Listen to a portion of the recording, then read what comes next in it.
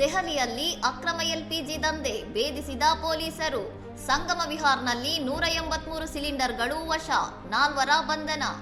ದೆಹಲಿ ಪೊಲೀಸರ ಅಪರಾಧ ವಿಭಾಗವು ನಡೆಸಿದ ದಾಳಿಯಲ್ಲಿ ಅಕ್ರಮ ರಿಫಿಲಿಂಗ್ ದಂಧೆ ಪತ್ತೆಯಾಗಿದ್ದು 3 ಗೋದಾಮುಗಳಿಂದ ಭಾರಿ ಪ್ರಮಾಣದ ಸಿಲಿಂಡರ್ಗಳು ಮತ್ತು ಉಪಕರಣಗಳನ್ನು ಜಪ್ತಿ ಮಾಡಲಾಗಿದೆ. ಮಧ್ಯಪ್ರಾಚ್ಯ ಸಂಘರ್ಷದ ಹಿನ್ನೆಲೆಯಲ್ಲಿ ಇಂಧನ ಭದ್ರತೆ ಕಾಪಾಡಲು ಫಿಲಿಪೈನ್ಸ್ ಅಧ್ಯಕ್ಷ ಫರ್ಡಿನಾಂಡ್ ಮಾರ್ಕೋಸ್ ಜೂನಿಯರ್ ಅವರು ದೇಶದಲ್ಲಿ ರಾಷ್ಟ್ರೀಯ ಇಂಧನ ತುರ್ತು ಪರಿಸ್ಥಿತಿ ಘೋಷಿಸಿದ್ದಾರೆ. ಗಲ್ಫ್ ರಾಷ್ಟ್ರಗಳ ಮೇಲಿನ ಅವಲಂಬನೆಯಿಂದಾಗಿ ಫಿಲಿಪೈನ್ಸ್ನಲ್ಲಿ ಪೆಟ್ರೋಲ್ ಮತ್ತು ಡೀಸೆಲ್ ಬೆಲೆ ದ್ವಿಗುಣಗೊಂಡಿದ್ದು ಇಂಧನ ಪೂರೈಕೆಯಲ್ಲಿ ವ್ಯತ್ಯಯ ಉಂಟಾಗಿ ಜಾಗತಿಕ ಇಂಧನ ಮಾರುಕಟ್ಟೆಯಲ್ಲಿ ತಲ್ಲಣ ಸೃಷ್ಟಿಯಾಗಿದೆ. ಎಲ್ಪಿಜಿ ಕೊರತೆಯಿಂದಾಗಿ ದೆಹಲಿಯ ಬೀದಿ ಬದಿ ವ್ಯಾಪಾರಿಗಳ ಬದುಕು ದುಸ್ತರವಾಗಿದ್ದು, ಸಿಲಿಂಡರ್ ಬೆಲೆ ಏರಿಕೆಯಿಂದಾಗಿ ಅನೇಕರು ವ್ಯಾಪಾರ ಸ್ಥಗಿತಗೊಳಿಸುವ ಅಥವಾ ಸಾಲದ ಸುಳಿಗೆ ಸಿಲುಕುವಂತಾಗಿದೆ.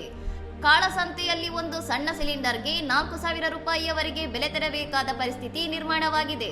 ಇದರಿಂದಾಗಿ ಆಹಾರ ಪದಾರ್ಥಗಳ ಬೆಲೆ ಹೆಚ್ಚಳವಾಗಿದ್ದು ಗ್ರಾಹಕರು ಮತ್ತು ವ್ಯಾಪಾರಿಗಳ ನಡುವೆ ಸಂಘರ್ಷಕ್ಕೆ ಕಾರಣವಾಗುತ್ತಿದೆ. ಇನ್ನಷ್ಟು ಸುದ್ದಿಗಳಿಗಾಗಿ ನೋಡ್ತಾ ಇರಿ ಸೌರಂ ಟಿವಿ.